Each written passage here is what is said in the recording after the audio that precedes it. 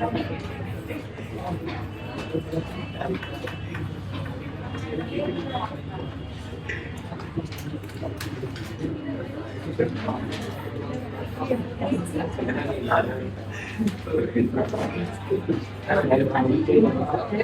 Question कहाँ है? Question कहाँ है वो वाला?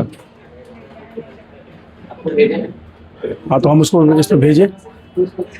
और दूसरा एक फ़ोन है ना ऑफिस का, उसको यहाँ रख दीजिए, समझे? वो रुपेश को बोलिए फ़ोन रख देगा यहाँ।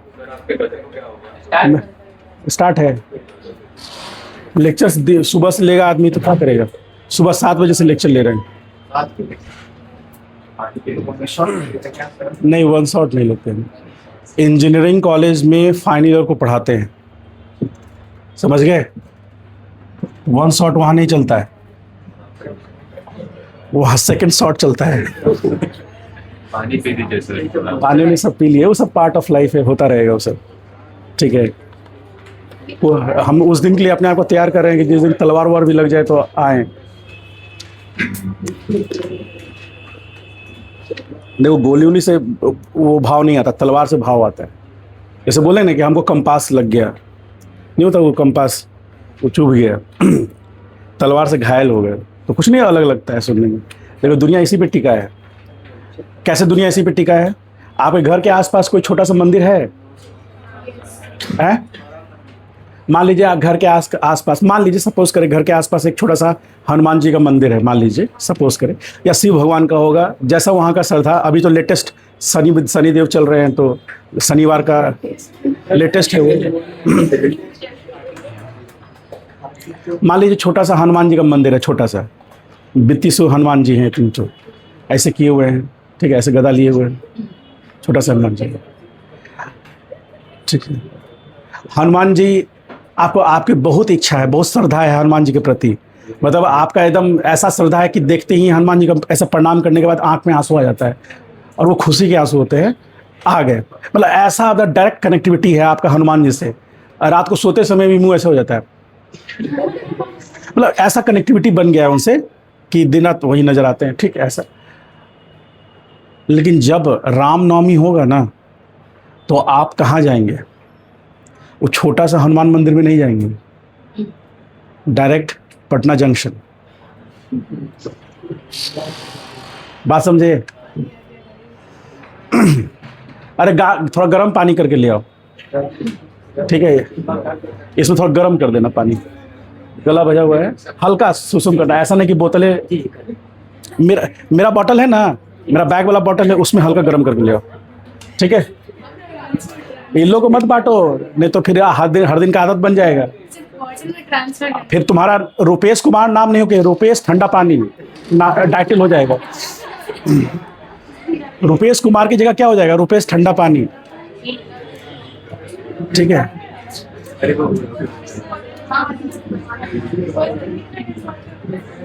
तो आप कहाँ जाएंगे? यदि आपने मान लीजिए सपोज करें कि आपने जीवन में बहुत कुछ सफलता प्राप्त कर ली, तो आप छोटे से हनुमान मंदिर में जाएंगे, डायरेक्ट पटना जंक्शन जाएंगे? क्या है कारण? इसको ऐसे नहीं कहते, वहाँ माहौल बड़ा है, इन्वेस्टमेंट ज़्यादा है, वहाँ पर संगमरमर लगा हुआ है, वहाँ सीढ़ियाँ भी बढ़िया से बनाई गई हैं, और सबसे बड़ा बात वहाँ भीड़ ज़्यादा है। तो भीड़ जहाँ ज़्यादा है आदमी वहीं जाता है, समझे? भले ही हनुमान जी तो गली मोहल्ला में भी हैं, लेकिन आप वहाँ क्यों नहीं गए? वहाँ छोटा सा हनुमान जी हैं, वहाँ बड़ा हनुमान है, और वहाँ पर ना 2-4 लोग ये कहानी कहने को होते हैं कि आज से लगभग 13 साल पहले एक आदमी आया था, उसको कुछ नहीं था, वो एक बहुत गरीब आदमी था, लेकिन यहाँ पर भगवान हनुमान का प्रणाम किया, उनको पूजा किया, आज देखो कितना बड़ा आदमी हो गया है। तो सबको लगता है ना कि वो मेहनत करने से नहीं, वही प्रणाम करने वाला कॉन्सेप्ट से हुआ है, ठीक है। तो सब लग जाता है उसके पीछे, रॉन्ग नंबर या राइट नंबर। और देखिए सबसे बड़ी बात क्या है कि लोग दिन रात भगवान को प्रणाम करते हैं और ये सोचते हैं कि मेरा जीवन बेहतर हो जाए, लेकिन ऐसा तो होगा नहीं। भगवान बोल रहे हैं मेरे चक्कर में क्या हो, ये आदमी तो हमको बनाया था, ठीक है, तुम अपने चक्कर में रहो। अपना चक्कर में रहना आदमी कर नहीं पाता है, नहीं समझे? यदि आप आज सोच लीजिए कि आज से हमको 5 घंटा पढ़ना है, सिंपल से कोई बड़ी बात नहीं है, लेकिन नहीं हो पाएगा। तो वो नहीं हो पाएगा तो उसका सहारा कहाँ ले जाएगा? भगवान के पास। भगवान बोल रहे हो कि भगवान कह रहे हैं कि भाई मेरे चक्कर में कैसे पड़े हो, 5 घंटा पढ़ो, अपने आप हो जाएगा सब कुछ। जो कर्म से हीन होता है, जो व्यक्ति कर्म से हीन होता है, वो सबसे पहले भगवान की शरण लेता है। भगवान का शरण लेना गलत बात नहीं है, लेकिन जो कर्म से हीन है ना, वो ये समझ लेता है कि भगवान के ही पूजा करने से मेरा जीवन सफल होगा। और कर्महीन इंसान जीवन भर कर्महीन रह जाता है। कर्महीन मतलब समझे, जो कर्म नहीं करना चाहता है, कर्म से बहुत गिरा हुआ है। नहीं, लेजी भी नहीं, लेजी वाला भी कर्म करता है, थोड़ा लेट करता है। कर्महीन मतलब वो अपने धर्म से हीन है। एक दिन क्लास लेंगे, मात्र 6.5 से 7 घंटा लेंगे। धर्म क्या है, कितने प्रकार के धर्म होते हैं, धर्म की परिकाष्ठा क्या है, धर्म का आधार क्या है, धर्म का आधार यदि कर्तव्य है तो कर्तव्य का आधार क्या है, कर्तव्य का आधार यदि कर्म है तो कर्म का आधार क्या है, ये सारा चीज़ पढ़ाएंगे। यदि सह पाएंगे तो सह लीजिएगा, और नहीं सह पाएंगे तो उस दिन निकल जाइएगा। 13 तारीख को डन। नहीं, तुम्हारे मुताबिक गाड़ी थोड़ी ना चलेगा। तो रिक्वेस्ट ना, रिक्वेस्ट नहीं, तुम रिक्वेस्ट भी करोगे तो नहीं मानेंगे।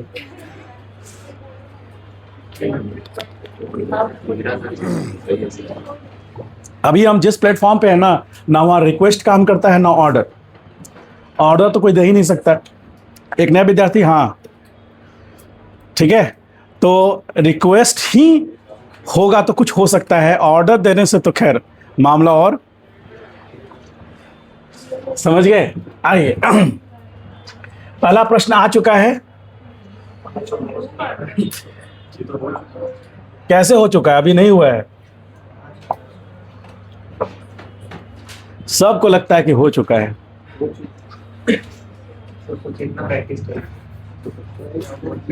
13 तारीख को फ्री है। 13 तारीख को क्या है, तुम्हारा शादी है क्या? 13 नवंबर को कुछ है क्या? 13 जून को कुछ है क्या? और टेस्ट देने के बाद फिर वो धर्म का बात सुनोगे, उल्टी हो जाएगा। आजकल आप लोग जिस एज में हैं, जैन जी जिसको बोलते हैं, जैन जी आप उसका एक अपना प्लेटफॉर्म है। ये प्लेटफॉर्म, इसकी बात करोगे तो सुनेंगे, इससे इधर हुए या इधर हुए तो सीधे निकल लेगा। किसी की नहीं सुनेगा। वो अपने आप की नहीं सुन रहा है तो किसी और की कैसे सुनेगा? यदि वो आज डायरी में लिख दिया कि कल सुबह 8 बजे से 12 बजे तक पढ़ना है, वो खुद नहीं कर पा रहा है, मतलब खुद की बात नहीं सुन पा रहा है, वो मेरी बात क्या सुनेगा? है कि नहीं?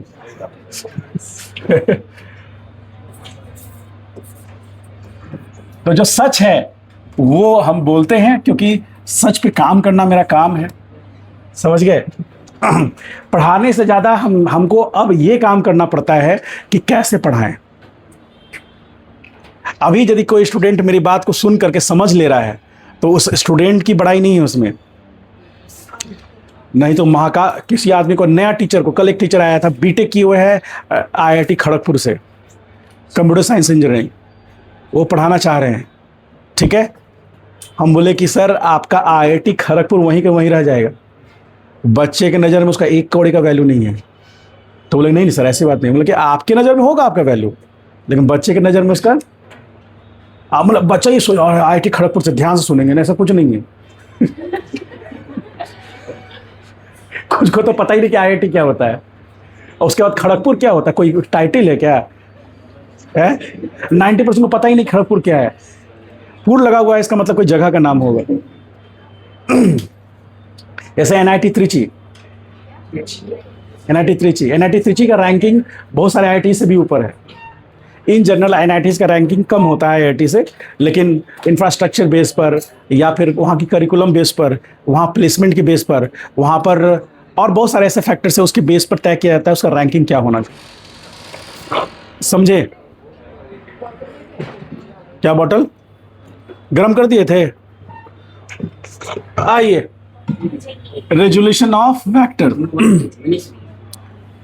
हाँ, ये नहीं बजेगा। आइए, अब लोग पढ़ते हैं रेजोल्यूशन ऑफ वेक्टर के बारे में। ठीक है, तो इसका मीनिंग है to break a vector into its component. Components में ब्रेक करना। कंपोनेंट्स मतलब जिससे वो बना है। ठीक है, कोई वेक्टर अपने दो वेक्टर से बना है, जैसे एग्जाम्पल, एकदम रिलैक्स होइएगा, कुछ लिखने की जरूरत नहीं है, पेन साइड में रख दीजिए, अब पूरा ध्यान लगा दीजिए यहाँ पर। जैसे मान लीजिए आर कोई वेक्टर है, वो बना है किससे, vector A plus vector B से बना है, तो ये हो गया रिजल्टेंट वेक्टर, जिसको हम जानते हैं ये क्या है, रिजल्टेंट वेक्टर है ये। और ये क्या है, इसका कंपोनेंट है, कंपोनेंट वेक्टर्स। ठीक है, कंपोनेंट वेक्टर मतलब जिससे वो बना है, कंपोनेंट वेक्टर। अब यहां पर ये समझना है कि यहां पर तीन वेक्टर भी हो सकता है, लेकिन अभी हम लोग जो बात कर रहे हैं वो मतलब एक वेक्टर की बात कर रहे हैं। मतलब एक वेक्टर हम कोई लेंगे आर, और उसको हम ब्रेक करके किस में कर देंगे, ए और बी में कर देंगे। इससे पहले क्या कर रहे थे, ए वेक्टर था और बी वेक्टर था, इसको ऐड करके हम आर वेक्टर ला रहे थे। इसीलिए ये जस्ट रिवर्स प्रोसेस है किसका, हाँ, it is reverse of vector addition.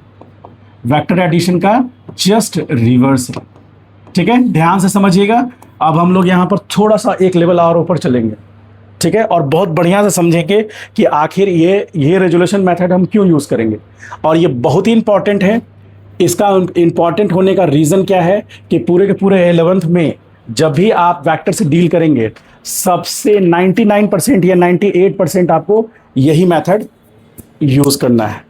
यदि इस मेथड को आप यूज करेंगे तो आपका क्वेश्चन सॉल्व करने का पॉसिबिलिटी आसान होगा, मतलब बहुत आराम से आप सॉल्व कर पाएंगे उसको।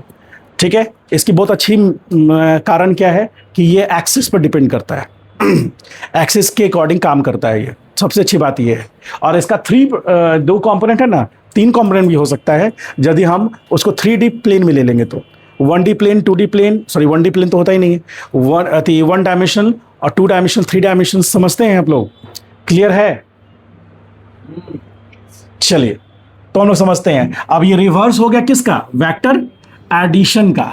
और ये कैसे बनेगा, इस रेजोल्यूशन मतलब हम किसी वेक्टर को ब्रेक करके दो अलग अलग कंपोनेंट में ब्रेक करेंगे। तो कैसे करेंगे, ध्यान से समझिए। देखिए रेजोल्यूशन में हम क्या करने वाले हैं।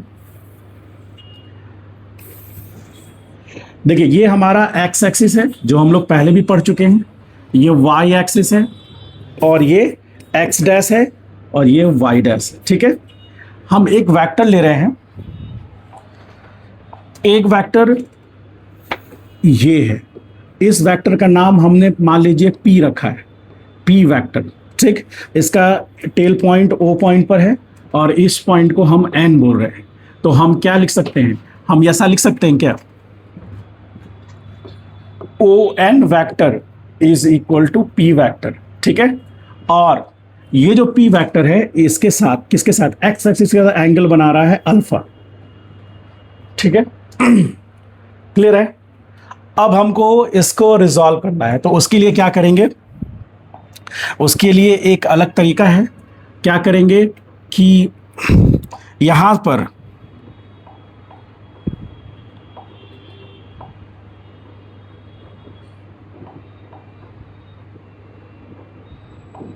यहां पर देखिए, यहां से एक परपेंडिकुलर ड्रॉ कर रहे हैं। ठीक, तो ये परपेंडिकुलर इस पॉइंट को टच कर रहा है, इस पॉइंट को हम एम मान रहे हैं, एम पॉइंट। तो एम पॉइंट परपेंडिकुलर टच किया तो अब एक ट्रायंगल फॉर्म हुआ है, जिस ट्रायंगल को हम क्या बोल रहे हैं, ओ एम एन, एक ट्रायंगल फॉर्म हुआ है। ठीक, अब यहां वाला इसका ये पी है, तो इसको हम पी साइन अल्फा बोल सकते हैं क्या, इसको पी साइन अल्फा बोल सकते हैं इस लेंथ को, और इस लेंथ को क्या बोल सकते हैं, बहुत लोगों को समझ में नहीं आया होगा, हाँ नहीं समझ में आएगा तो यहां समझिए, थोड़ा अपना लेवल बढ़ाना पड़ेगा आपको। साइन अल्फा, उस ट्रायंगल में साइन अल्फा बराबर क्या होगा, परपेंडिकुलर, यानी कि सॉरी एम एन डिवीजन में कितना, O M, sorry O M नहीं होगा, ओ पी होगा। ठीक, this implies O P, O N बराबर क्या रिप्रेजेंट करेगा, पी, ओ एन होगा, अरे बोलो, ओ एन होगा।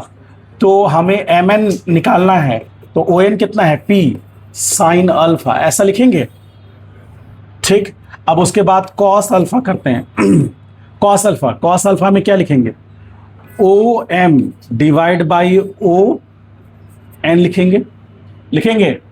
अब यहां से ओ एम बराबर क्या लिखेंगे, ये तो होगा पी कॉस अल्फा, यही चीज हम यहां पर कहने वाले थे। ठीक है, अब ध्यान से देखिए, इस पी वेक्टर का यहां पर भी हम एक ऐसे एरो दे सकते हैं। ठीक है, तो इस वेक्टर को हम यदि पी, चूंकि एक्स एक्सिस में लिया गया है, तो पी एक्स बराबर ऐसा लिख सकते हैं क्या, पी कॉस अल्फा एक वैल्यू है, मान लीजिए पी वेक्टर फोर्स वेक्टर है, तो पी कॉस अल्फा भी फोर्स होगा। तो ये पी कॉस अल्फा मैग्नीट्यूड है, और किस एक्सिस के अलॉन्ग दिखा रहे हैं उसको, एक्स एक्सिस के अलॉन्ग, तो उसको पी एक्स बोल रहे हैं। अब यहां वाई एक्सिस में यहां पर एक वेक्टर है, ठीक है, इसको एक वेक्टर की तरह ट्रीट कराएंगे, जिसका मैग्नीट्यूड कितना है, पी साइन अल्फा। तो चूंकि वाई एक्सिस में है इसलिए पी वाई लिख सकते हैं इसको, है ना। तुम सो रहा है जी, क्या बताओ तो पी एक्स कैसे आया, पी अल्फा नहीं, पी एक्स कैसे आया,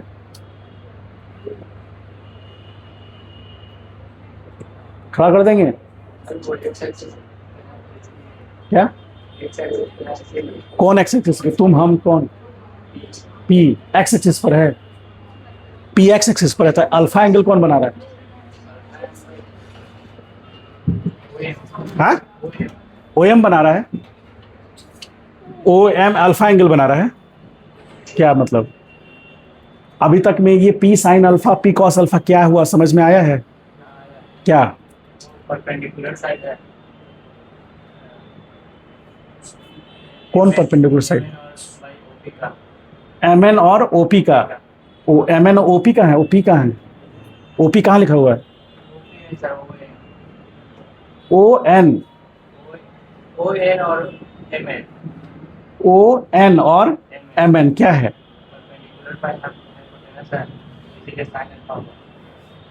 कौन परपेंडिकुलर है, वो नहीं बोलो, नाम बोलो, एम एन है, एम एन परपेंडिकुलर है किसके,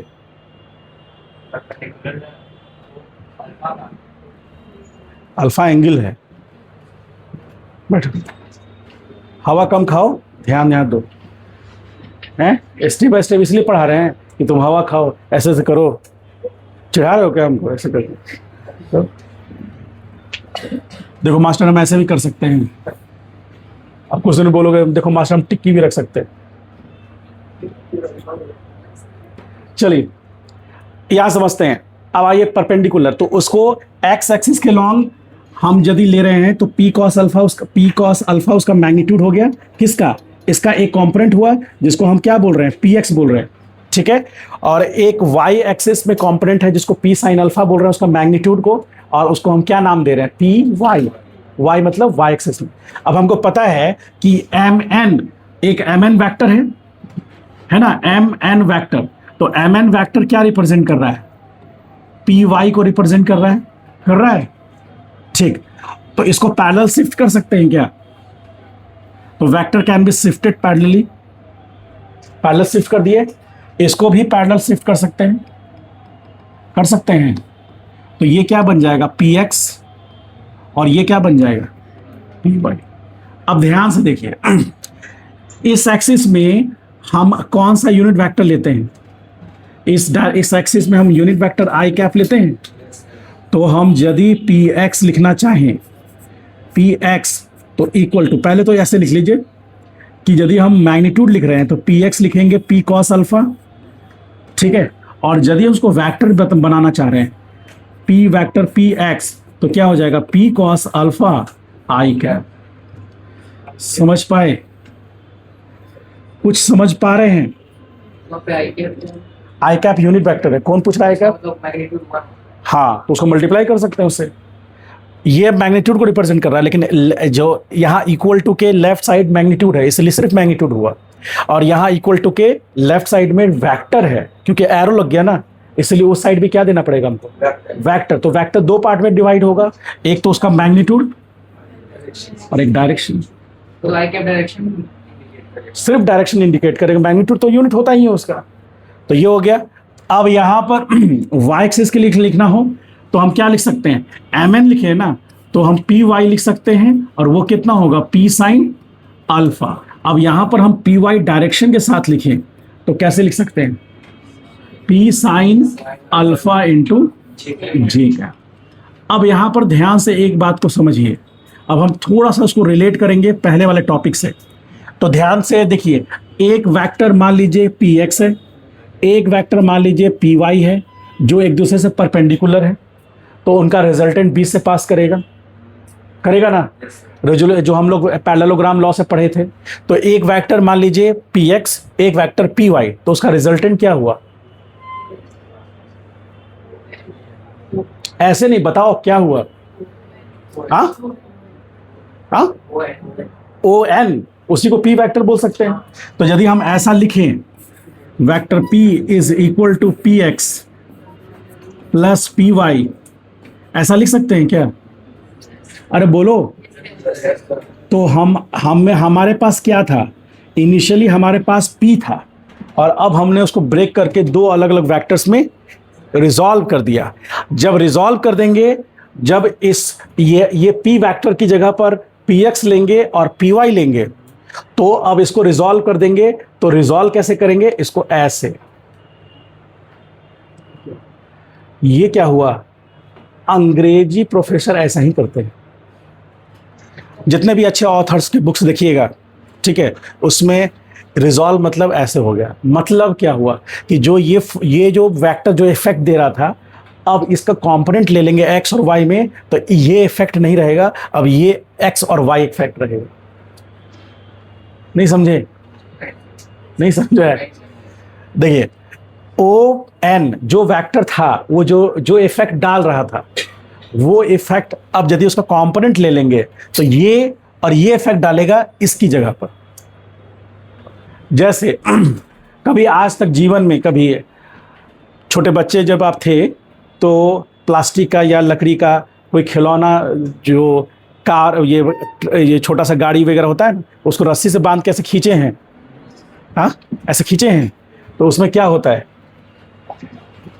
बताइए, सब हंस क्यों रहा है, अरे बोलो, सब हंस क्यों रहे हो हम तो आज तक नहीं खींचे हैं।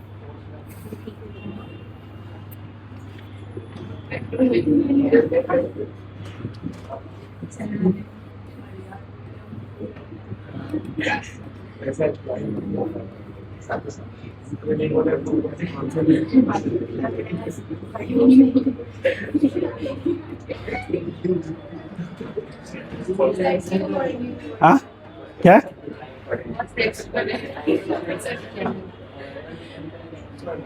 तो आपने ऐसे फोर्स लगाया ना, ऐसे फोर्स लगाया, अपनी तरफ खींचा,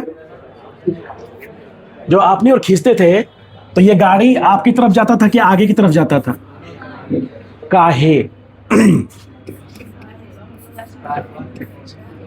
आप तो खींच रहे हैं इधर, इधर क्यों जा रहा है, तुम लोग क्या कर रहे हो,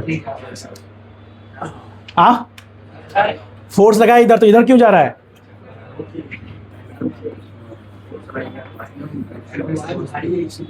हाँ हाँ, कौन है जो काहे का मीनिंग खोज रहा है,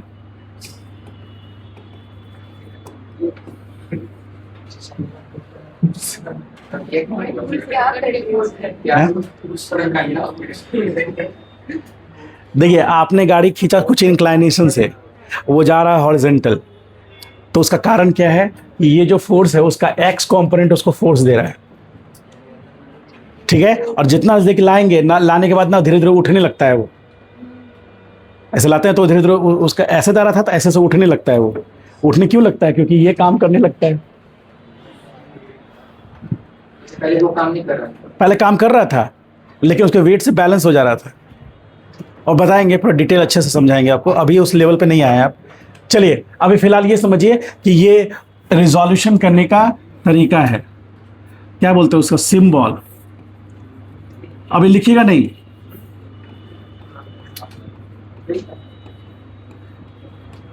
तो हम कह सकते हैं ये क्या है,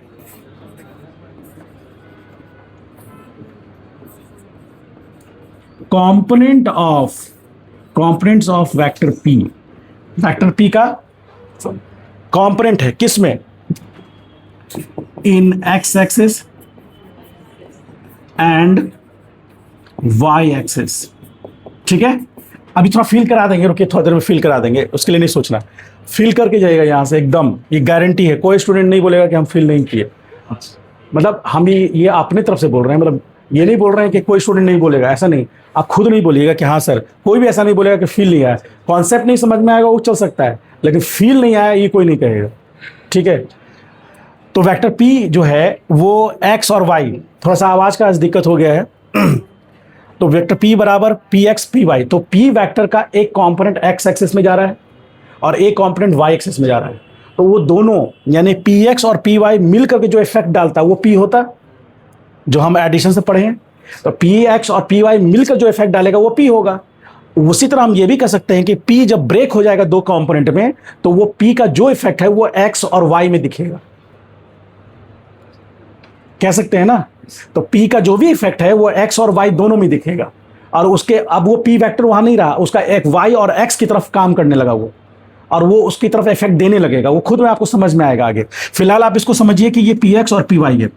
अब यहां पर ये समझना है कि यदि इसको हम पी एक्स और पी वाई मान रहे हैं तो वेक्टर पी का मैग्नीट्यूड क्या होगा। तो याद कीजिए दो वेक्टर यदि मान लीजिए कि हम p वेक्टर ले चुके हैं ऐसे, और वो px है और p प्लस पी वाई है। ठीक है, आपको पता है कि px क्या है, px है p cos अल्फा आई कैप, और py क्या है p साइन अल्फा जी कैप। ठीक, एक चीज और ध्यान देने वाली बात है, सिचुएशन कैसा है, सिचुएशन इस तरह का है कि एक वेक्टर p है और वो एक्स एक्सिस के साथ अल्फा बना रहा है, तो इधर क्या हुआ पी कॉस अल्फा, और इस साइड क्या हुआ पी साइन अल्फा। ठीक हुआ ऐसा। अब मान लीजिए कि ये दोनों मिलकर इफेक्ट डाल रहे हैं, तो हमारा पी का मैग्नीट्यूड यदि पी वेक्टर का लेंथ लेना हो तो कैसे लेंगे, रूट अंडर पी एक्स का स्क्वायर प्लस पी वाई का स्क्वायर। चूंकि पी एक्स पी वाई अपने आप में एक दूसरे से 90 डिग्री पर है, तो यहां हमेशा क्या होगा, जीरो होगा। क्यों, क्योंकि यहां पर यदि हम ये लिखेंगे, सब लोग ध्यान से देखिएगा, यहां लिखेंगे 2px पी वाई और कॉस क्या लेंगे, यहां 90 लेंगे बाय डिफॉल्ट। तो जब कभी भी हमको पी एक्स और पी वाई के बीच में डील करना होगा तो बाय डिफॉल्ट यहां 90 डिग्री होगा। तो यहां पर हम फाइनली जो लिखेंगे वो p बराबर क्या आएगा, root under P X square plus P Y square plus 0। तो p बराबर क्या हो गया, root under P X square plus P Y square. मान लीजिए दोनों कॉम्पोनेंट इक्वल है, और वो कब होगा, मान लीजिए दोनों कॉम्पोनेंट्स इक्वल हैं और वो कब होगा, late these two components are, अरे बोलो, इक्वल। कब होगा, when alpha is equal to, बोलो हाँ। ऐसे भी दो वेक्टर यदि एक दूसरे से 90 डिग्री थीटा एंगल पर हैं और उनका मैग्नीट्यूड सेम है तो रिजल्टेंट 20 से पास करेगा। तो यहाँ पर कितने एंगल पर हैं, 90, तो 45 से निकलेगा। ठीक, और ऐसे भी आप देख लीजिए cos 45 का वैल्यू जितना होता है उतना ही sin 45 का होता है। तो px और py कब बराबर होंगे, ये और ये तब बराबर होगा जब अल्फा का वैल्यू 45 होगा, तो ये भी p जो भी p का मैग्नीट्यूड है p/√2 होगा, ये भी p/√2 होगा, है ना। तो उस समय 45 डिग्री पर, तो हम क्या लिखेंगे उस समय, p बराबर root under P X square plus P X square. क्यों, क्योंकि पी एक्स को हम क्या मान लेंगे, किसके बराबर, तो p इक्वल टू क्या आया, रूट अंडर 2px स्क्वायर। तो आ गया p बराबर कितना, रूट अंडर 2px होगा। ये सेम उसी तरह जो थर्ड केस था, याद है थर्ड केस, दो वेक्टर एक दूसरे से 90 डिग्री पर हैं या फिर कोई थीटा एंगल पर 90 डिग्री पर है, उनका मैग्नीट्यूड सेम है, तो उनका रिजल्टेंट रूट अंडर 2r होगा, 2a होगा। ठीक है, उसी तरह ये निकल के आया। अब डायरेक्शन की बात करें, डायरेक्शन पूरा दुनिया जानता है, इसमें कोई समझने की दिक्कत की बात ही नहीं है। tan अल्फा बराबर क्या होगा, P Y upon P X होगा। देखिए आप इस ट्रायंगल में आ जाइए, ये ट्रायंगल, तो ये पी वाई क्या है और ये पी एक्स क्या है। tan अल्फा लेंगे तो P Y plus by P X होगा, होगा, तो उसी से निकल के आएगा और बहुत सिंपल तरीके से निकल के आएगा। इसी को हम क्या लिख सकते हैं, tan इनवर्स, सॉरी अल्फा बराबर क्या हो जाएगा, tan inverse P Y by P X. P Y का वैल्यू पुट कीजिए, पी एक्स का वैल्यू कीजिए, फिर से tan अल्फा आ जाएगा, आएगा ना। ठीक है, ये सारे चीजें कंपोनेंट मेथड में, ये रिजोल्यूशन मेथड में हमको यूज करना है। अब इसका एक और तरीका देखिए, मतलब इसे थोड़ा और आगे बढ़ते हैं हम लोग, वो देखते हैं। देखिए यहां पर फर्स्ट ए में क्या लिखेंगे, देखिए ध्यान से, वेक्टर है ये मान लीजिए आर वेक्टर है, ये एंगल बना रहा है थीटा, तो इसका एक जो एक्स कंपोनेंट होगा आर एक्स क्या लिखेंगे हम लोग, आर एक्स क्या लिखेंगे, आर कॉस थीटा। ठीक, इस डायरेक्शन में होगा, ये आर एक्स होगा और वो कितना होगा, आर कॉस थीटा होगा। एक कंपोनेंट वाई एक्सिस में होगा जिसको आर वाई बोलेंगे और वो क्या निकलेगा, आर साइन थीटा। ठीक है, अब आ जाइए बी में आ जाइए। मान लीजिए सपोज करें कि एक वेक्टर ऐसे है, ये वेक्टर मान लीजिए सी वेक्टर है और यहां से ये एंगल अल्फा बन रहा है। ठीक, तो इसका एक कंपोनेंट ये होगा एक्स कंपोनेंट, तो ये हमारा सी एक्स कहलाएगा। सी एक्स क्या कहलाएगा, हाँ, सी कॉस अल्फा माइनस आई कैप कहलाएगा, होगा। और अपवर्ड डायरेक्शन में क्या कहलाएगा, सी वाई, तो सी वाई को क्या लिखेंगे, सी साइन अल्फा जे कैप। तो यहां पर हम लिख सकते हैं ना फिर c is equal to C X plus C Y, ऐसा लिख सकते हैं। आइए, क्या कोई दिक्कत, चलिए तो आते हैं हम लोग सी पर आते हैं। मान लीजिए कि एक वेक्टर ये है, इस वेक्टर का नाम d है और इस d वेक्टर ने यहां एंगल बनाया कितना, यहां एंगल बना दिया बीटा। ठीक, क्या ये तुम बाल खुल जा रहे हो, समझ नहीं आ रहा है, फास्ट निकल रहा है मास्टर ने, पहले तो ठीक पढ़ाया लेकिन अब मूर्ख बना रहा है, ऐसा लग रहा होगा। समझने क्यों नहीं आ रहा, तुम तो समझ रहे थे पहले, तो उधर क्यों बैठते हो, अब जगह नहीं रहता है, पहले आ जाओ। अब लेफ्ट हैंड से तुमको लिखने आता नहीं है, पहले बैटिंग करते थे लेफ्ट हैंड से, लिखने कभी नहीं आया लेफ्ट हैंड से, अब लेफ्ट हैंड से लिखना सीखें, देखते हैं, कोशिश करते हैं। अब ये लोग गुस्सा आ जाएंगे इधर, कहीं ये लोग पेन उन मतलब धारदार पेन उन लेके आए हो, कहीं भोग दिए तो। दोनों तरफ ना दिक्कत है कि नहीं, उस वाले क्लास में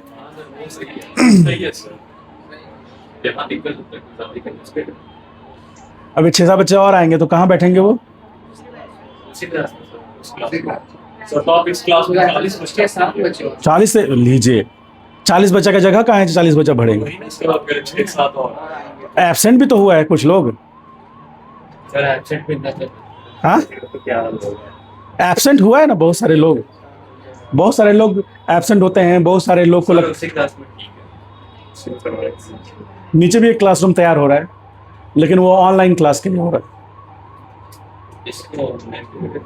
इसको ऑनलाइन के लिए छोटा मोटा क्लासरूम अच्छा तो है।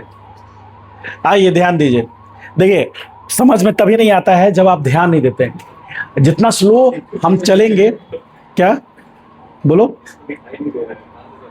अरे दिखाई कैसे नहीं दे रहा है, देखो नहीं दिखाई दे रहा है जी, तो तुम बोलोगे ना।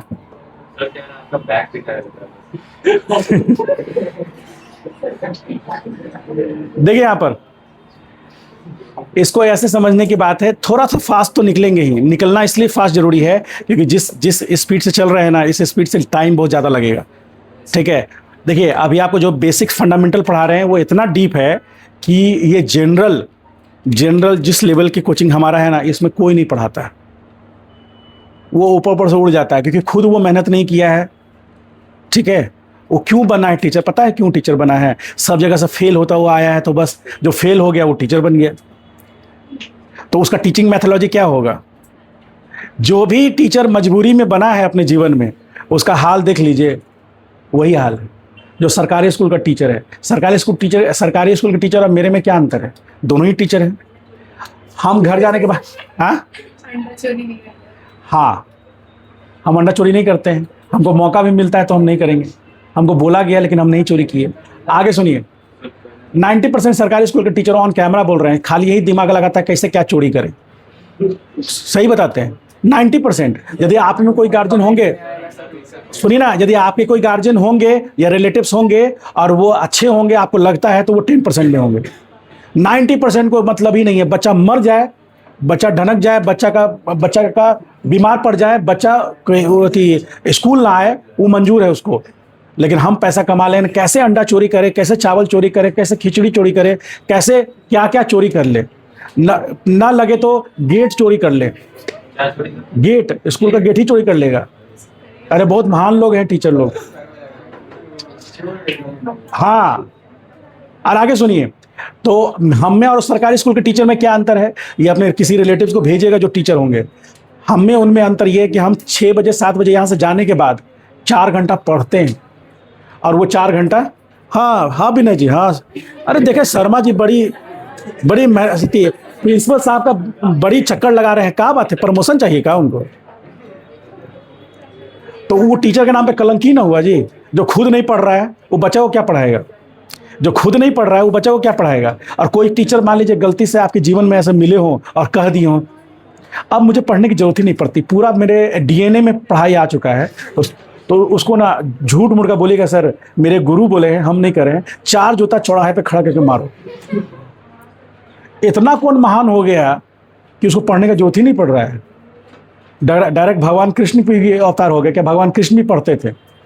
समझ गए? इसलिए कोई ये बात बोलता है कि हम टीचर हैं, हमको पढ़ने की जरूरत नहीं पड़ती है, तो वो आपको मूर्ख बना रहा है सबसे पहले, और अपने आप तो मूर्ख है ही वो।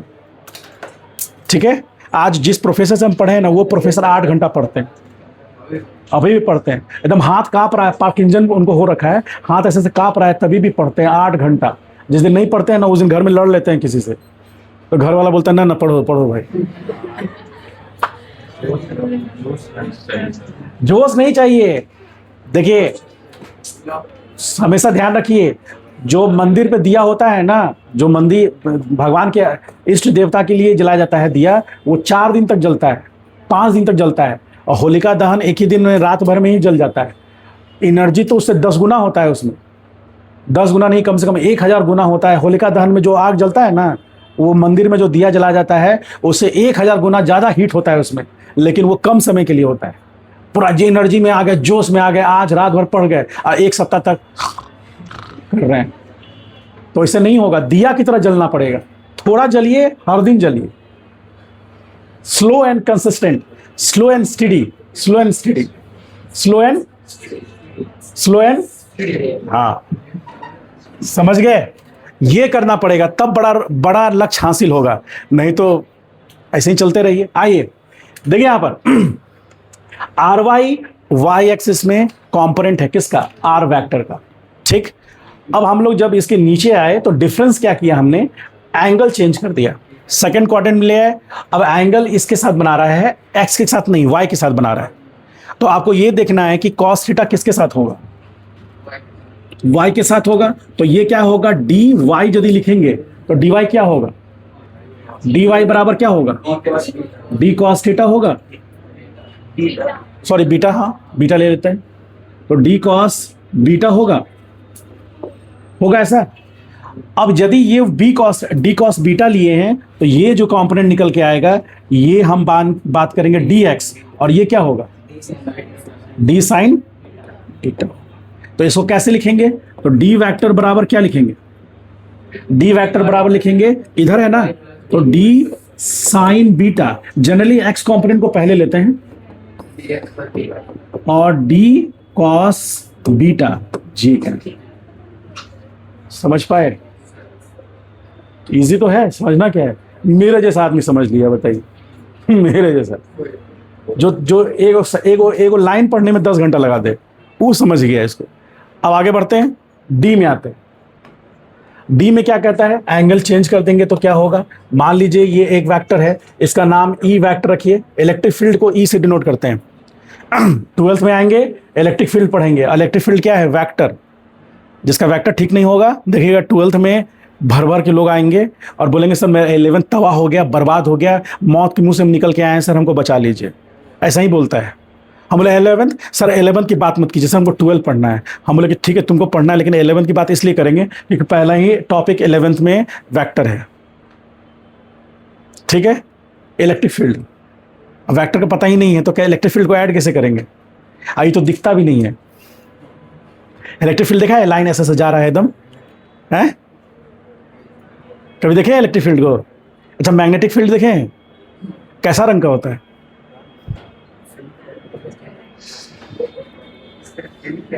हाँ, दिखता नहीं ना, फील किया जाता है। अच्छा, वेलोसिटी देखे हैं? वेलोसिटी देखे हैं? कैसा रंग का होता है? अच्छा, एक्सेलरेशन देखे हैं? नहीं देखे हैं? अच्छा, फोर्स तो देखे होंगे। कौन सा फिजिकल क्वांटिटी देखे हैं आप? बोलिए, देखे हैं ना सर? बहुत सारा फिजिकल क्वांटिटी देखे हैं।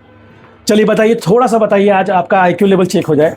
बताइए कौन सा फिजिकल क्वांटिटी को आप देखे हैं, किसको नहीं देखे? हाँ,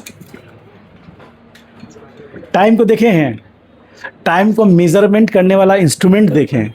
स्पीड देखते हैं। स्पीड कहाँ देख लिए? स्पीड में जाता हुआ गाड़ी देखे, स्पीड कहाँ देखे? हाँ? हाँ? क्या बोल रहा? अरे बोलो बोलो, कोई दिक्कत नहीं है, बोल। Water wave. तो वाटर वेव मतलब जो नदी या ये समुद्र में जो वेव आता है उसकी बात कर रहे हो? किसकी बात कर रहे हो? चुप हो गए। हाँ, तो दिखता है। ठीक है, तो फिजिकल क्वांटिटी है क्या वेव? हाँ, फिर वेव मोशन तो एक फेनोमेना है ना सर। हम फोर्स देखें, जॉन अब्राहम। अब तुम नहीं कहते ना, तुम हमसे पूछते कि सर इनमें से कौन मेरे लिए सही होगा, तो हम बता देते।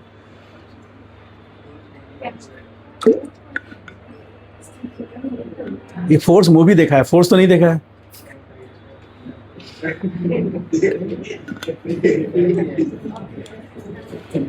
तो बताइए कौन सा फिजिकल क्वांटिटी आप देखे हैं? देखे तो हैं। मास देखे हैं? मास?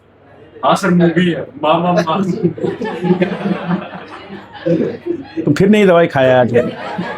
कल थोड़ा ठीक था ये, देखे कल 50 mg का लिया था तो कल ठीक था एकदम।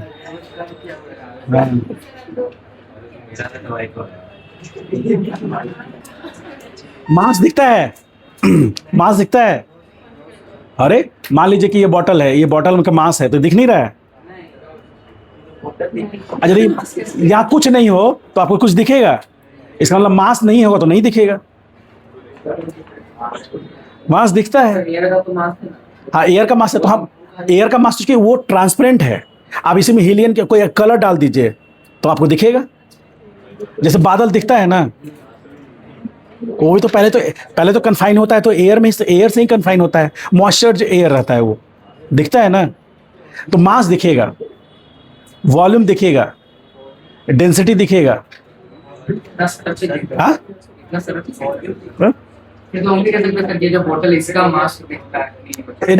ये मास दिख रहा है, कितना होगा उसके लिए मेजरमेंट डिवाइस है ना, लेकिन हम फिजिकल क्वांटिटी कहते हैं कि दिख रहा है कि नहीं दिख रहा है। जैसे स्पीड नहीं दिखता है, लेकिन उसका मेजरमेंट डिवाइस है ना। हम लोग एक्सीलेटर यूज करते हैं, तो एक्सीलेटर क्यों यूज कर, उसका क्या मीनिंग है? एक्सीलेटर लीजिएगा, मतलब एक्सीलेटर रेस करके एक पर्टिकुलर पोजीशन पर रखिएगा, गाड़ी स्पीड पकड़ा रहेगा और स्पीड बढ़ता जाएगा उसका। करंट दिखता है? तो हीट दिखता है उसका, स्पार्क लाइट दिखता है, करंट थोड़ी ना दिखता है।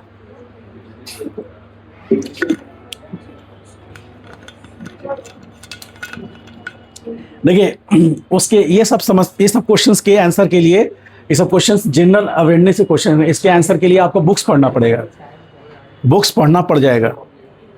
और बुक से कितना दूर हैं आप, आपको पता है ना।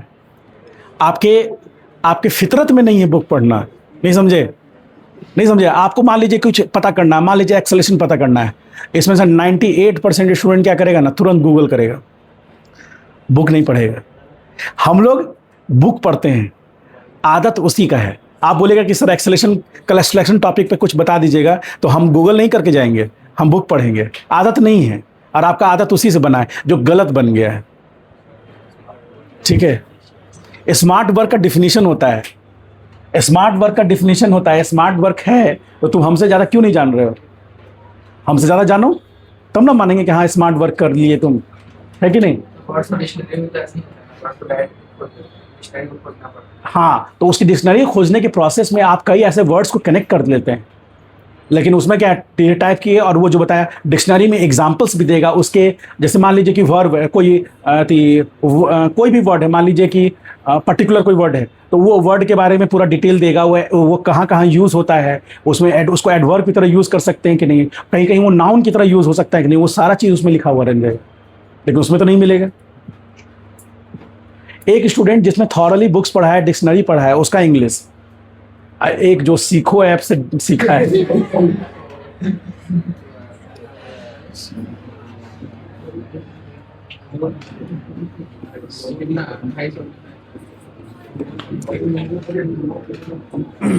आइए ये ई कितना होगा, ई कॉस 30 होगा, और ये कितना होगा, ई साइन 30 होगा। और यदि ई एक्स लिखेंगे तो ई एक्स कितना लिखेंगे, ई साइन 30 माइनस आई कैप।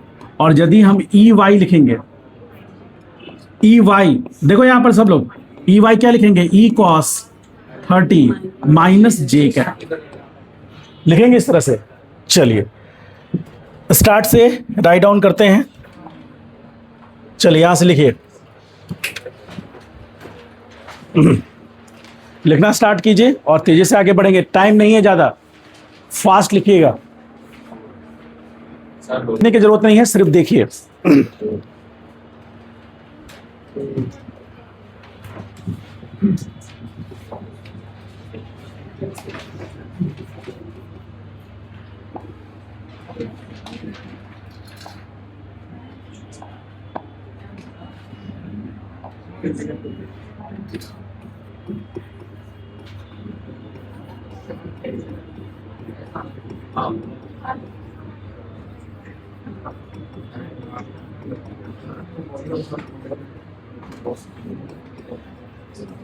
इंक्लाइंड प्लेन समझते हैं आप लोग?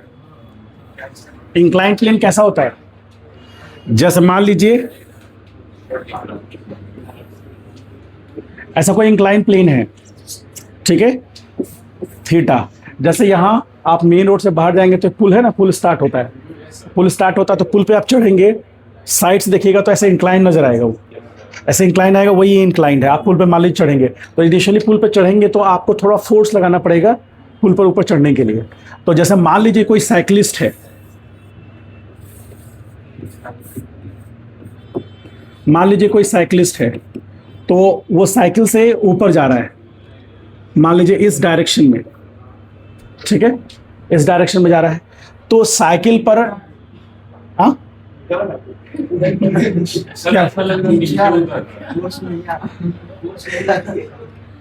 मान लीजिए ये आदमी है, इधर जा रहा है, अब फील नहीं आ रहा है,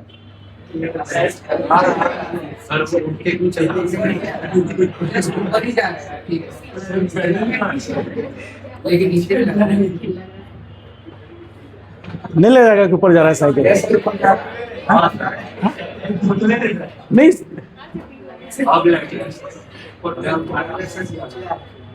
तो इस डायरेक्शन में वो हमारा जा रहा है, मान लीजिए सपोज करें।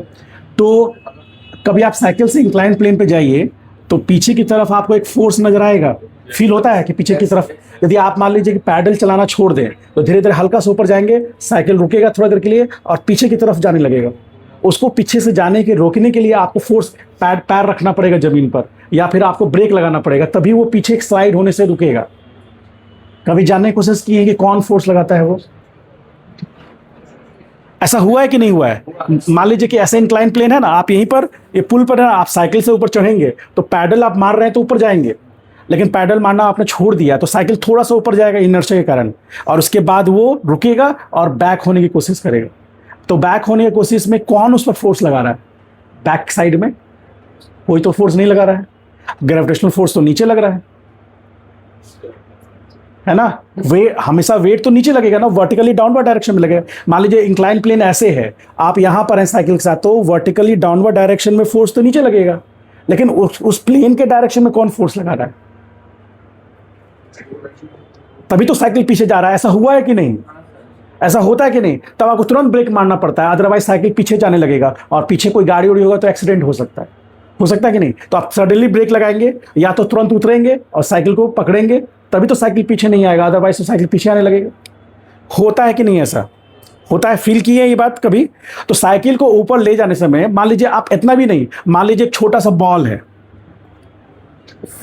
फुटबॉल है, आप मान लीजिए डे टू डे लाइफ में खेल रहे हैं अपना, पहले की बच्चे की बात है मान लीजिए, तो आपने बॉल को फेंका, बॉल कुछ आगे गया, आगे जाने के बाद बॉल कुछ देर के बाद फिर पीछे आने लगता है। बॉल को इंक्लाइन प्लेन पे ऐसे फेंकिए तो थोड़ा ऊपर जाएगा और फिर रिटर्न बैक नीचे आने लगता है। तो कौन लेके आता है उसे? हाँ, शेप की बात नहीं है, कोई भी बॉडी पे फोर्स लगेगा। तो इस पीछे की तरफ कोई फोर्स लग रहा होता है ना, पहले तो ये समझ लीजिए कि ऐसा होता है कि नहीं होता है। होता है ऐसा? हाँ, तो उसका कारण जानेंगे अब, क्यों होता है ऐसा। पहले तो ये समझ लें कि हाँ सही में सर जो कह रहे हैं वैसा होता है कि नहीं। तो साइकिल से मान लीजिए कोई आदमी ऊपर जाएगा, तो ऊपर जाने के टर्म में जब वो साइकिल चलाना छोड़ देगा तो थोड़ी देर के बाद नीचे की तरफ फोर्स लगेगा, साइकिल रिवर्स बैक डायरेक्शन में जाने लगेगा। होगा ऐसा? और आदमी अनबैलेंस हो जाएगा। होगा ऐसा? क्योंकि साइकिल आगे जाने के लिए डिजाइन किया गया है, पीछे जाने के लिए थोड़ी ना। पीछे जाने के लिए डिजाइन होता तो बैक पिनियन में भी टीथ होता, बैक पिनियन में भी फोर्स लगता। देखिए साइकिल को रिवर्स में ऐसे उसका पैडल मारिए, कहीं नहीं जाइएगा, फ्रंट में मारिएगा तो जाएगा। तो हम लोग ने उसको डिजाइन इस तरह से किया है कि फॉरवर्ड डायरेक्शन में मोशन मिले। This is our desirable motion, जिसके लिए हमने साइकिल को डिजाइन किया है। ठीक है, साइकिल को बैकवर्ड डायरेक्शन मोशन के लिए डिजाइन करते तो उसके पिनियन में यूनिट डायरेक्शन की जगह पर बाई डायरेक्शनल के लिए हम उसको डिजाइन करते हैं। यूनिट डायरेक्शन मतलब सिर्फ टॉर्क फॉरवर्ड डायरेक्शन में लगेगा, बैक डायरेक्शन में नहीं लगेगा, जो होता है उसमें। लेकिन उसको बैक डायरेक्शन के लिए भी करते तो बैक डायरेक्शन में भी टॉर्क लगाते, ऐसा नहीं होता है। आइए, तो अब यहां पर देखेंगे कि ऐसा क्यों होता है। ठीक है, तो समझते हैं सबसे पहले। इसके अलावा यहां पर इसी को ड्रॉ करके समझा देते हैं ताकि आपको ज्यादा अच्छे से समझ में आए। देखिए यहां ध्यान से, पहला तो ये समझ गया कि होता है, अब दूसरा रीजन है कि क्यों होता है। चलो ध्यान से देखिए, मान लीजिए इंक्लाइन प्लेन थीटा है। सब लोग ध्यान से देखिए, अभी इसको थोड़ी देर में बहुत अच्छे से प्रूफ करेंगे और हर पॉइंट पे काम करेंगे ताकि आपको एग्जैक्ट क्लियर माइंड में इमेज बने कि हाँ ऐसा क्यों हो रहा है। ठीक है, तो मान लीजिए कि इसको एक पार्टिकल की तरह हम दिखाते हैं, छोटे से पार्टिकल की तरह। तो मान लीजिए कि एक छोटा सा बॉडी की तरह हम इसको दिखाते हैं, साइकिल को। ठीक है, इस तरह से एक बॉडी की तरह हम दिखा दिए मान लीजिए। ठीक है, ये थीटा एंगल है। अब इसका डाउनवर्ड डायरेक्शन में क्या लग रहा है? फोर्स लग रहा है। ये मान लीजिए साइकिल और साइक्लिस्ट मिला करके उसका मास जो है सपोज 100 kg, तो डाउनवर्ड डायरेक्शन में mg लगेगा। अरे mg लगेगा ना, तो 100 इंटू 10 मान लेते हैं, 10⁻³ न्यूटन का फोर्स लगेगा। ठीक, अब हमको क्या करना है? अब हमको रिजॉल्व करना है इसको। क्या करना है? तो हमने पढ़ रखा है क्या पढ़ रखा है? बोलिए, अरे बोलो क्या पढ़ रखा है? तो हम रिजोल्यूशन ऑफ वेक्टर पढ़ चुके हैं। अब तो हम इसका जवाब दे सकते हैं और इसको समझ सकते हैं। पहले समझाएंगे तो नहीं समझ में आएगा, अब समझ सकते हैं। तो कैसे समझेंगे? देखिए, आइए, तो डाउनवर्ड डायरेक्शन में है, तो ये थीटा है, तो एक ट्रायंगल बन रहा है, राइट एंगल ट्रायंगल। तो राइट एंगल ट्रायंगल बन रहा है। तो अब हम कंपोनेंट ले रहे हैं, ध्यान से देखिएगा किस कलर से ले रहे हैं कंपोनेंट। हम कोई दूसरे कलर से दिखाने की कोशिश कर रहे हैं, चलिए इस कलर में ही ले लेते हैं। तो एक इस डायरेक्शन में कंपोनेंट है, ठीक, और एक इस डायरेक्शन में। ठीक है, अब देखिए ध्यान से, ये एंगल कितना होगा? कोई बता सकता है? ये पैरेलल है, ये ब्लू कलर से बनाए हैं, उसी को प्लेन पे ही ला दीजिए तो कितना है? 45 क्यों होगा? अरे ये दोनों 90 है ना, ये दोनों 90 है ना। कैसे 90 है? ध्यान से देखिए, ये एक्स एक्सिस है और ये वाई एक्सिस है। आप बोलेंगे सर एक्स एक्सिस तो हमेशा हॉरिजॉन्टल होता है। नहीं, कोई जरूरी नहीं है। हॉरिजॉन्टल हो भी सकता है, नहीं भी हो सकता है। ठीक है, आइए बताइए इसके आगे, इसी को लेके चलते चलिए। ठीक है, तो ये एक्स एक्सिस हो गया और ये वाई एक्सिस हो गया। तो ये डायरेक्शन क्या होगा? एक्स डैश होगा। ठीक है, तो एक फोर्स किधर लग रहा है? एक फोर्स एक इधर लग रहा है, एक इधर। तो एक तो ये हो गया वाई डैश में और एक एक्स डैश में। एक एक्स डैश में, एक वाई डैश में है। दोनों एक दूसरे से परपेंडिकुलर है कि नहीं? परपेंडिकुलर। ये वाला और ये कंपोनेंट दोनों एक दूसरे से परपेंडिकुलर है। ये एंगल कितना होगा? ये जो पॉइंट है ना, इस पॉइंट को यहां लाके देखिए, तब पता चलेगा। एक ट्रायंगल बन रहा है ना, एक ट्रायंगल में ये एंगल कितना है? तो ये एंगल कितना होगा? अरे बोलो, अरे टोटल 180 होगा ना। ये 90 है थीटा, तो वो कितना होगा?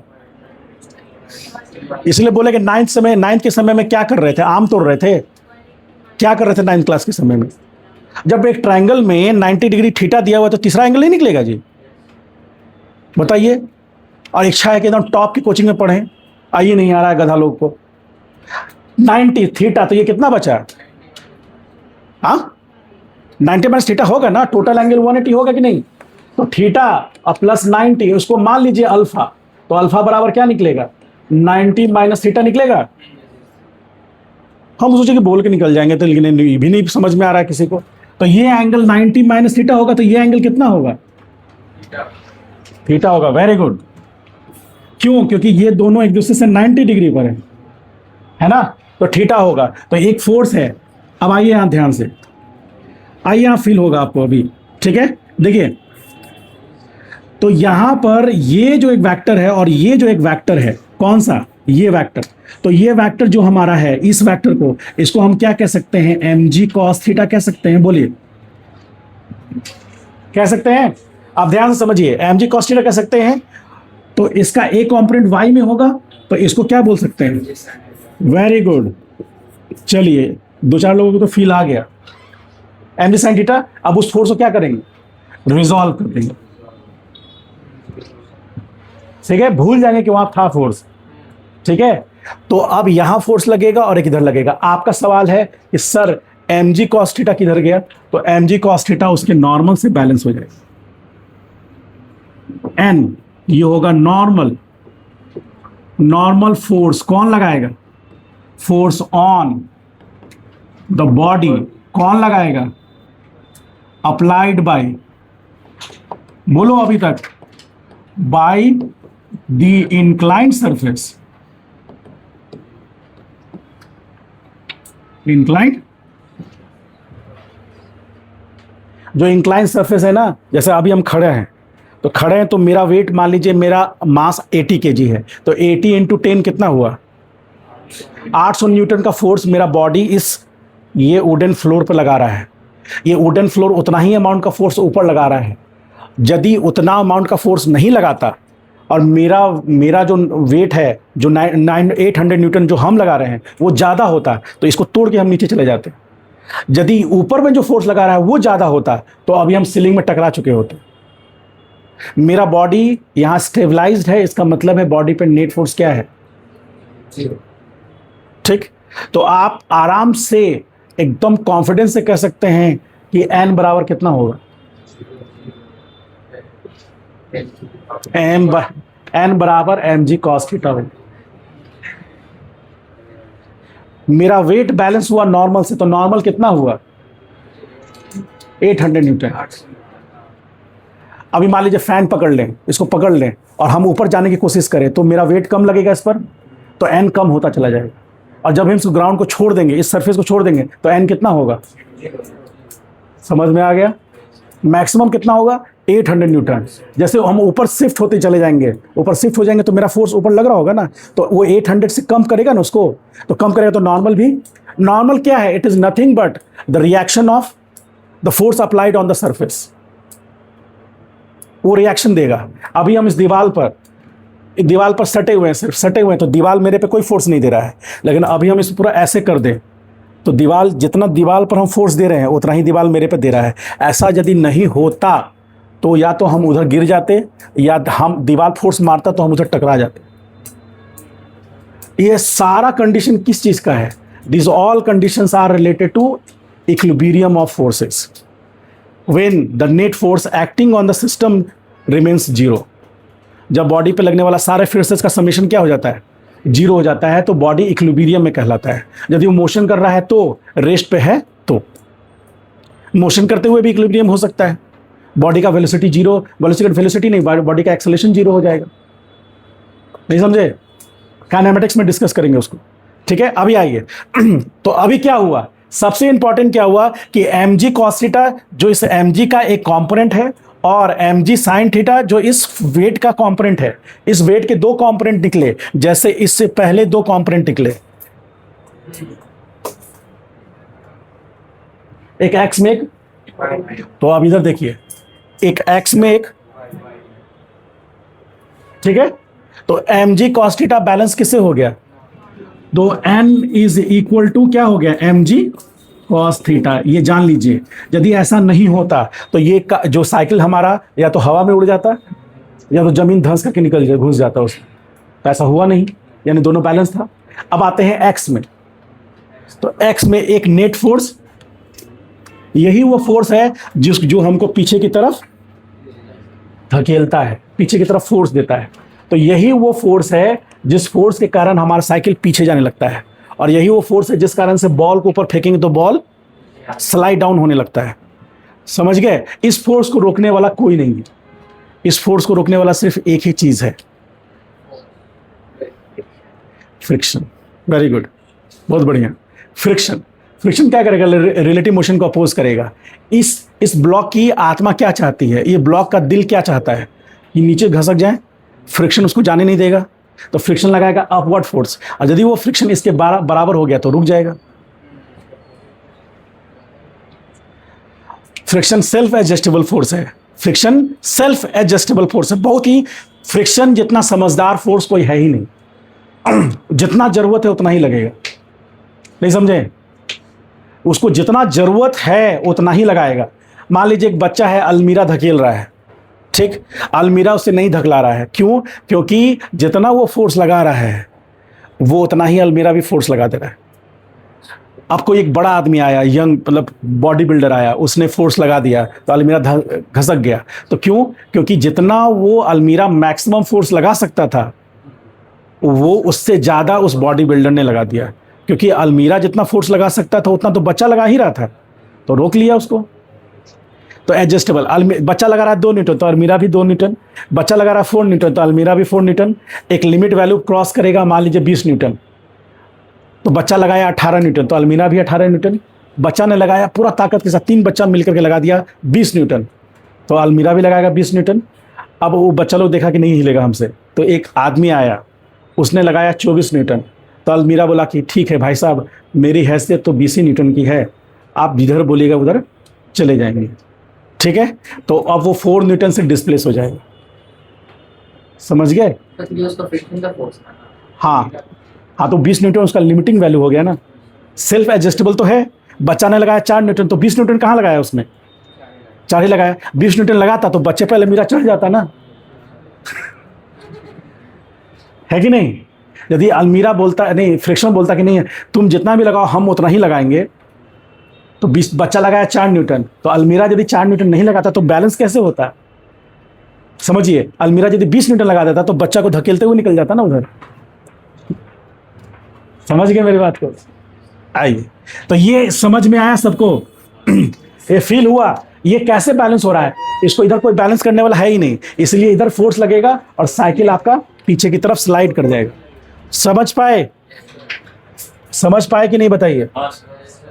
अच्छा,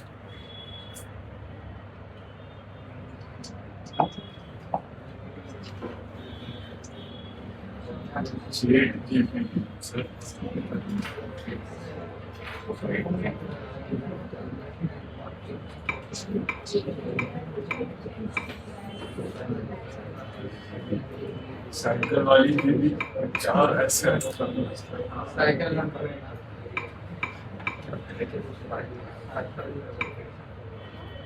सर यूट्यूब पे देखा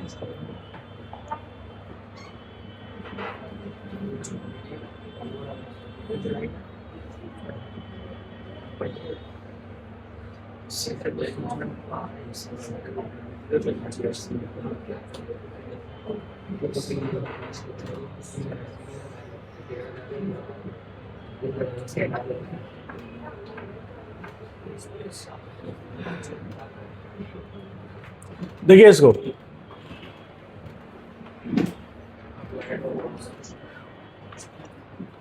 अब ये साइकिल जो है वो फोर्स लगा रहा है आगे की तरफ, तो वही कह रहा है force applied F A, gravitational force का एक कंपोनेंट इधर लग रहा है, जैसा मैंने बताया था। ग्रेविटेशनल फोर्स का एक कंपोनेंट इधर आ रहा है जो कि वर्टिकल किसके है, वर्टिकल टू द सरफेस है, वर्टिकल टू सरफेस, और ये पैरेलल टू सरफेस। तो सरफेस के पैरेलल लगा, एक सरफेस के वर्टिकल लगा, ये एंगल थीटा है, तो ये एंगल कितना होगा, 30 डिग्री होगा। ये 30 है तो ये भी 30 होगा। तो एक आ गया कितना, ये आ गया, इसको हम लोग क्या बोलेंगे, इसको हम लोग वर्टिकल कंपोनेंट बोलेंगे, इसको हॉरिजॉन्टल कंपोनेंट। तो साइकिलिस्ट जो चला रहा है वो पीछे की तरफ फोर्स। अब यहाँ पर फ्रिक्शन फोर्स क्यों लग रहा है, क्योंकि साइकिलिस्ट आगे जा रहा है, जब साइकिल चलाना वो छोड़ देगा, बॉडी रेस्ट में आ जाएगा, तो फ्रिक्शन किधर लग जाएगा, आगे की तरफ। क्योंकि मैंने बोला था friction is a self adjustable force, वो खुद को एडजस्ट करेगा, नहीं समझे, वो खुद को एडजस्ट कर लेगा, जैसे रिक्वायरमेंट होगी वो खुद को एडजस्ट कर लेगा, वो खुद वैरी करेगा, और इस तरह से वैरी करेगा कि सिस्टम के मोशन को हमेशा अपोज करेगा, नहीं समझे, वो सब ऑन ऑफ होता रहेगा, ये ऑफ नहीं होगा। ठीक है, ध्यान से देखिए। तो कहने का मतलब ये कि बॉडी पर लगने वाला जो फोर्स है उसके कारण बॉडी मोशन करना चाहेगा और फ्रिक्शन मोशन को अपोज करेगा। तो जिधर बॉडी का मोशन होगा उसके अपोजिट डायरेक्शन में फ्रिक्शन लगेगा। एकदम क्लियर बात है, क्योंकि फ्रिक्शन पढ़ाएंगे तो वो भी एक फोर्स है, और फोर्स क्या होता है, वेक्टर, इसलिए यहां पर हम उसको डिस्कस कर रहे हैं। ठीक है, तो ये चीज को समझते हुए अब आपका ये जो डायग्राम है, इस डायग्राम को आप लिख सकते हैं, ड्रॉ कर सकते हैं। चलिए ड्रॉ कीजिए। इससे पहले भी लिखना है क्या, हो गया ना, ये इसको लिखिए। क्या हुआ, वो इसलिए हो रहा कि फैन ऑफ नहीं हो रहा है ना, फैन ऑफ हो जाएगा, लाइट ऑफ हो जाएगा तो हो जाएगा। चलिए राइट डाउन कीजिए।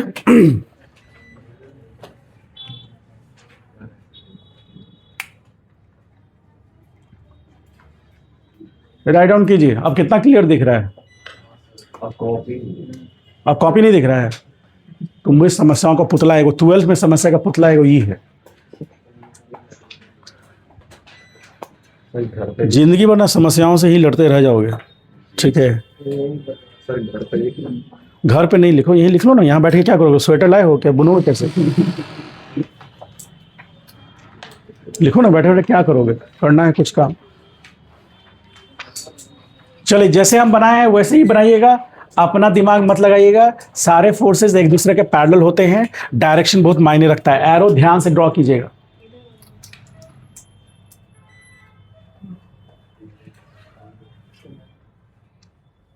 समझ गए, लाइन भी कट गया। अब धीरे धीरे क्लास